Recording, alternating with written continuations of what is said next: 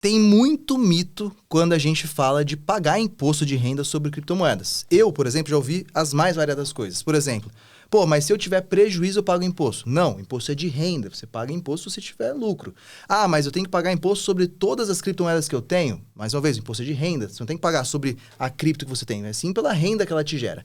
Então, muitas dúvidas quando a gente fala de imposto de renda com criptoativos surgem justamente por as pessoas não saberem como elas deveriam pagar, nem quando elas devem pagar. Existem vários casos ali em que você pode ser isento de imposto de renda. E existem casos em que você pode achar que é isento de imposto de renda, mas que na verdade você tem que pagar.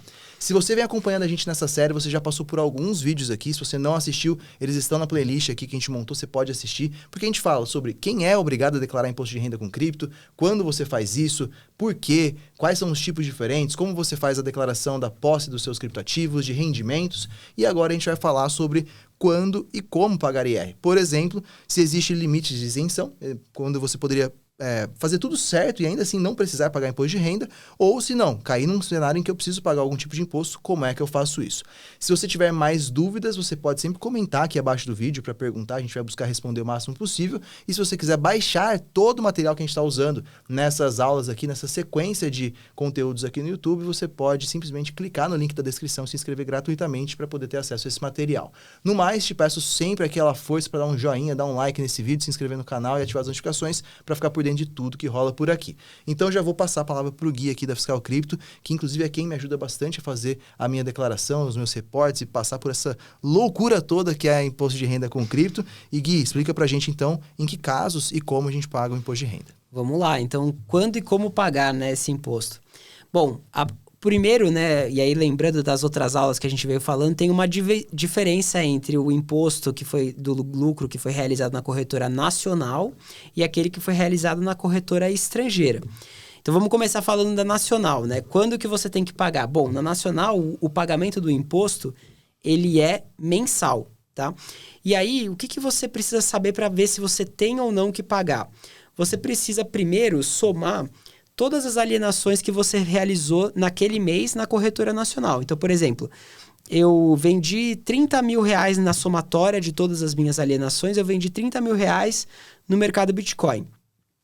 Com isso, eu tenho que pagar imposto ou não? Então, se você ficar abaixo de 35 mil, que é o limite de isenção, você já está isento. Não importa se você teve lucro, não teve, você não tem que pagar imposto, não precisa se preocupar com isso. Então, vou dar um exemplo.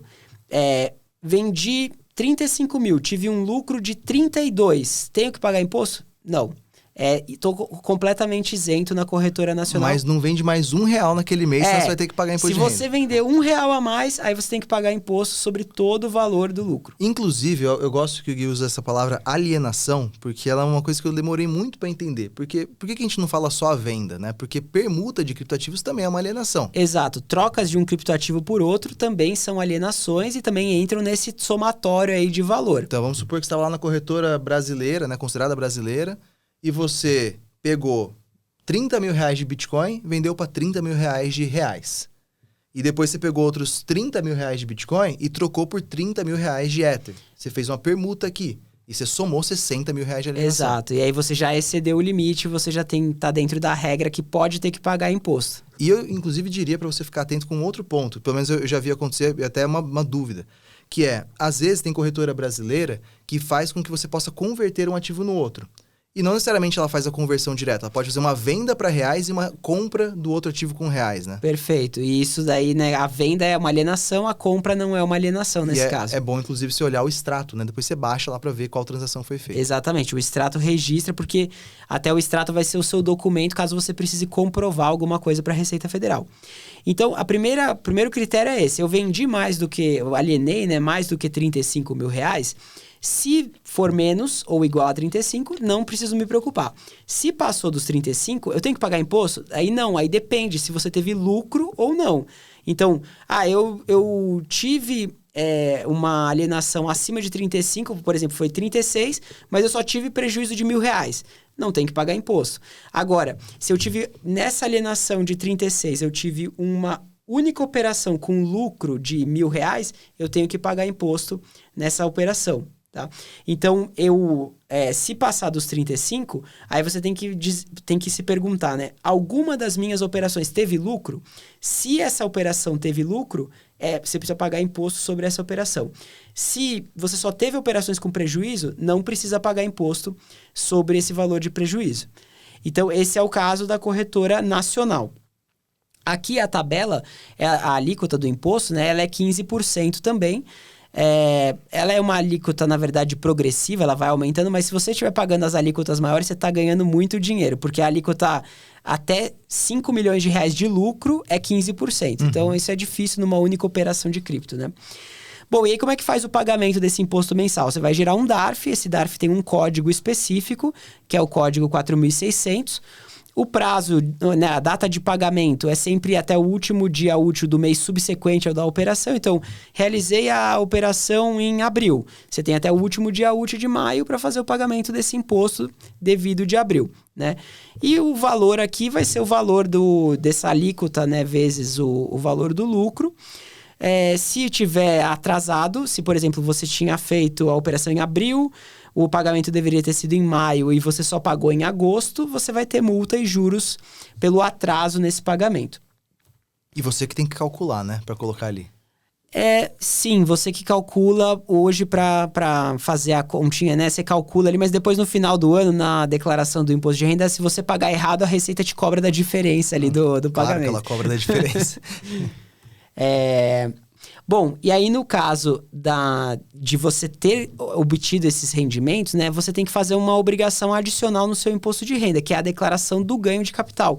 Então, nessa declaração, você vai informar, você vai preencher um programa específico da Receita Federal, que chama GCAP, e nesse programa você vai informar os seus ganhos de criptoativos em cada um dos meses. E você vai colocar isso nessa ficha de bens, de direitos e bens móveis, tá? Porque criptoativo é considerado um bem móvel quando está na corretora nacional. Aí você vai fazer todo o preenchimento nesse material, depois tem todo o detalhe de como preenche o passo a passo e vai importar isso para sua declaração do imposto de renda, fica tudo certo. Aí o pagamento agora do imposto sobre aquilo que é realizado no exterior. O que é realizado no exterior, o pagamento diferente do pagamento do que é realizado no nacional, o pagamento no exterior ele é anual e não mensal. Então, eu posso ter realizado um ganho em janeiro de 2024, eu só tenho que pagar imposto até maio de 2025, ou seja, mais de um ano depois. E porque eu vou fazer até... quando eu fechar o ano, né, fechou o ano de 2024, eu vou fazer toda uma apuração desse ano, vou informar isso no imposto de renda, que tem o prazo até 30 de maio, nesse ano, né? E eu tenho que saber daí se eu vou ter o imposto a pagar ou não. Vai se somar ali com o seu imposto a restituir, com, enfim, diversas outras coisas que entram no seu imposto de renda, para que no final você tenha que pagar imposto ou não. Tá? E aí, no caso dos criptoativos especificamente, né? Se você só teve operações de criptoativos ao longo do ano de 2024, por exemplo, você teve operações só em corretoras estrangeiras, você vai somar esses valores de lucro, prejuízo que foi tendo, não importa o mês que isso aconteceu. Então, por exemplo, eu tive lucro em janeiro, prejuízo em dezembro, isso se soma na mesma apuração, tá? Então eu posso ter tido um lucro de 100 mil reais em janeiro, um prejuízo de 500 mil em dezembro. Na prática, no final do ano, eu tive um prejuízo de 400 mil. Eu não vou ter que pagar imposto sobre aquele lucro de janeiro, porque ele aconteceu antes. Então, você vai fazer todo esse somatório. Se no final der prejuízo, aí você já não tem imposto para pagar em criptoativos. Se no final tiver um lucro, aí você tem que ver, eu tenho prejuízo para compensar de anos anteriores. Então, agora, 2025 é o primeiro ano que a gente está declarando as operações que aconteceram em 2024, né? Então, não vai ter para ninguém esse caso. Mas, em 2026, quando for declarar 2025, quem tiver tido prejuízo realizado em 2024 vai poder compensar esse prejuízo se tiver lucro em 2025, entendeu? Entendi. Então, é importante, por isso também que é importante declarar o seu prejuízo, porque ao declarar o prejuízo, você vai poder abater de lucros futuros, tá? Então aí você vai verificar, eu tenho prejuízo de lucro de anos anteriores? Se tiver, você já vai somar os dois e ver se no final continua sendo lucro ou se ainda é prejuízo. Se continuar sendo lucro, vai pagar 15% sobre esse valor. Se continuar sendo prejuízo, aí você vai acumular esse prejuízo para o próximo ano. E não tem prazo para esse prejuízo acumulado terminar. Ele pode ficar na sua declaração por vários anos até que você realmente realize algum ganho que supere esse prejuízo. Uhum. E aí o pagamento do imposto, nesse caso, ele também é um DARF, mas ele é o DARF que vem junto com o seu imposto de renda. Então você não vai gerar um DARF a mais para fazer o pagamento. Você vai simplesmente no final da declaração do imposto de renda, se der imposto a pagar, porque pode ser que nem dê, pode ser que mesmo tendo lucro em criptoativos, como você tinha imposto a restituir, tinha feito gastos com saúde, isso diminuiu sua base de cálculo, você pode chegar no final nem ter imposto para pagar, mesmo tendo lucro em criptoativos. Mas, se tiver imposto a pagar, o próprio programa da Receita vai gerar um DARF para você, que é com esse código aqui 0211, e que nesse ano de 2025, o prazo de pagamento é até o dia 30 de maio de 2025, que é o prazo final da entrega da declaração. Por ser parte agora do imposto de renda, né, do valor de imposto de renda, é possível parcelar esse imposto de cripto. Então, vamos supor que você só teve renda em cripto em 2024. Foi lá, fez a sua declaração. Você tem imposto para pagar. Você ainda consegue parcelar esse imposto de acordo com o parcelamento que a Receita oferece, né, para todas as cotas de imposto de renda. Você pode parcelar em até 8 vezes e pode optar por débito automático ou não, enfim, dessa parcela. Para melhorar, só se ganhasse milhas também, né? Exatamente. Assim, fica muito atrativo, né, no final do dia, esse caso do rendimento no exterior. Porque você deixa de pagar mensal, passa a pagar anual. Às vezes dá mais de um ano de diferença entre o lucro que você realizou lá em janeiro e o pagamento em maio. Uhum. Você compensa os prejuízos. Esses prejuízos, se você teve lucro em janeiro, prejuízo em dezembro, você compensa do mesmo jeito. O que não acontece na nacional, né? Na nacional, se você tiver lucro em janeiro, já tem que pagar imposto em fevereiro. Ah, mas depois eu tive prejuízo em março. Problema seu. Esse prejuízo não tem o que você possa fazer com ele, entendeu? Já na estrangeira, você consegue compensar. E ainda a cereja do bolo ainda, né? Que no final você ainda pode parcelar esse pagamento do imposto aí, como a Receita oferece essa opção do parcelamento do imposto de renda. Boa.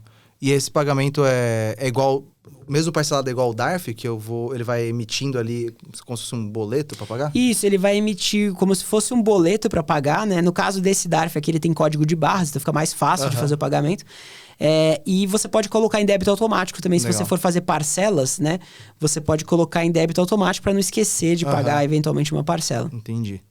Esse era o último slide? Isso. O próximo agora é o tema de como, né? A gente falou sobre como que a gente faz para pagar, quando que tem agora que pagar. Agora como faz para não pagar e não ser preso também, Exatamente. Né? Agora como pagar menos, né? Ou até não pagar dentro daquilo que a lei permite. Boa. Isso eu já dou até um spoiler desse próximo vídeo nosso, porque se você prestou atenção em tudo que a gente falou aqui, né, o que o Gui explicou, você vai entender que existem cenários em que é melhor você usar a corretora brasileira e cenários em que pode ser mais vantajoso usar a corretora estrangeira, e você pode combinar essas duas coisas.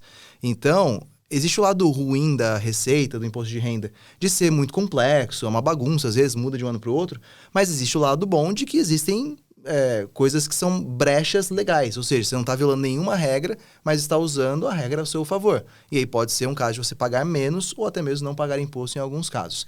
Se isso te interessa, te convido a assistir o próximo e último vídeo dessa série, lembrando que todo o material apresentado aqui e mais ainda está disponível gratuitamente aqui embaixo do vídeo na descrição, para que você possa só se cadastrar ali e receber no seu e-mail.